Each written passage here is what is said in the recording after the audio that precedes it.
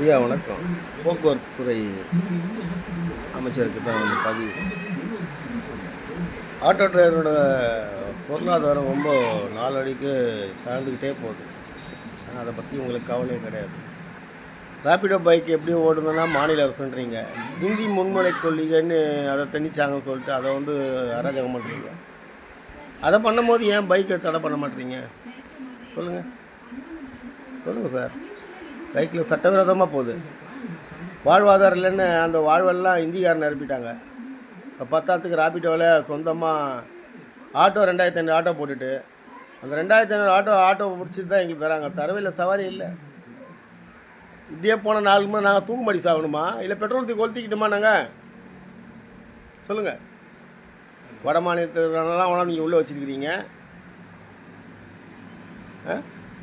இப்போ நாங்களாம் என்ன பண்ணுறது? செத்துட்டுமா? அதனால் ஆட்டோ டிரைவர்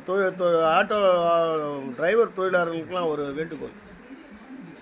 240 தொகுதியிலையும் திமுக ஜெயித்தாலும் சிவசங்கர்ன்ற ஒரு அமைச்சர் அவர் தொகுதியில் ஜெயிக்கக்கூடாது. அவர் ஜெயிக்கக்கூடாது. டிரைவரோட என்னன்னு தெரியணும், அவருக்கு வழி என்னான்னு தெரியணும். அவங்க கடனை வாங்கி எஃப்சி பண்ணி அதை பண்ணி எவ்வளோ கஷ்டப்படுறான். எங்களுக்கு சவாரி இல்லைன்னா நாங்கள் என்னத்தை குடும்பத்தை பார்ப்போம்? யார் தரா எங்களுக்கு? பேக் டாக்ஸி வந்து ஓட்டுறான், எங்கேருந்து வந்து ஓட்டுறானுங்க. அவங்க சம்பாதிச்சுட்டு போகிறானுங்க, விதிமுறை இல்லாமல் ஓட்டுறானுங்க. எப்படி மாநில அரசுன்ற எப்படி இந்தி வண்டி எங்கள் தனிக்கு வந்து இந்தி வண்டி எப்படிங்க கட் பண்ணுறீங்க? அதையும் விட்டு வந்தால் மாநில அரசுன்னு அந்த மாதிரி இதுக்கும் போராடணும்ல. 4 நாளாக சவாரியில் அவன் வண்டிக்கு 2,500 வண்டிக்கு ஆட்டோக்கு சவாரி போயிட்டு இருக்குது. எங்களை கொத்தாடி மாதிரி பண்ணிட்டு இருக்கிறான். எங்கள் சவாரி எடுத்து அவன் ஓட்டிகிட்டு இருக்கிறான். இதை கேட்க நாதி இல்லை.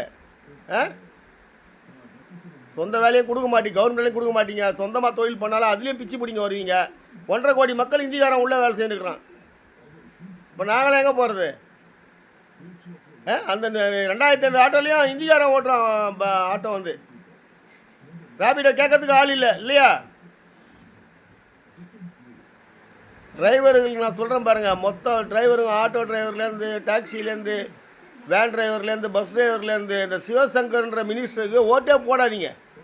அவர் ஜெயிக்கக்கூடாது. இந்த தடவை தோக்கணும். அவர் தொகுதியில் ஜெயிக்கணும். திமுக ஜெயிச்சாலும் இவர் ஜெயிக்கக்கூடாது. இவர் மினிஸ்டராக வரக்கூடாது. திருப்பி போக்குவரத்து மினிஸ்டர் இவர் உட்காரக்கூடாது. அதான் என்னுடைய கொள்கை. டிரைவர்லாம் உணர்வோடு செய்யுங்க. அவங்க கஷ்டப்பட்டு சேர்த்து சுண்ணாம்பு பண்ணிக்கிறான். இவர் டிரைவருன்றாரு. லோடு லக்கேஜ் ஏற்றினா பறிமுதல் பண்ணுவாங்கன்னு போடுறீங்க.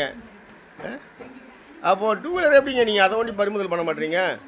கோயம்புத்தூர், மதுரை, இதெல்லாம் கோயம்புத்தூர், மதுரைலாம் எங்கேருந்து இருக்குது? அதெல்லாம் எந்த ஊரில் இருக்குது? நான் கேட்குறேன். அங்கே மட்டும் எப்படிங்க பிடிக்கிறாங்க பைக் டாக்ஸி? எங்கேயா பிடிக்க மாட்டீங்க? பார்த்துங்க. இந்த எலெக்ஷனில் நீங்கள் ஜெயிக்க டிரைவருக்கு நல்லது பண்ணுறேன்னா ஜெயிக்க மாட்டீங்க. நீங்கள் பார்த்துங்க.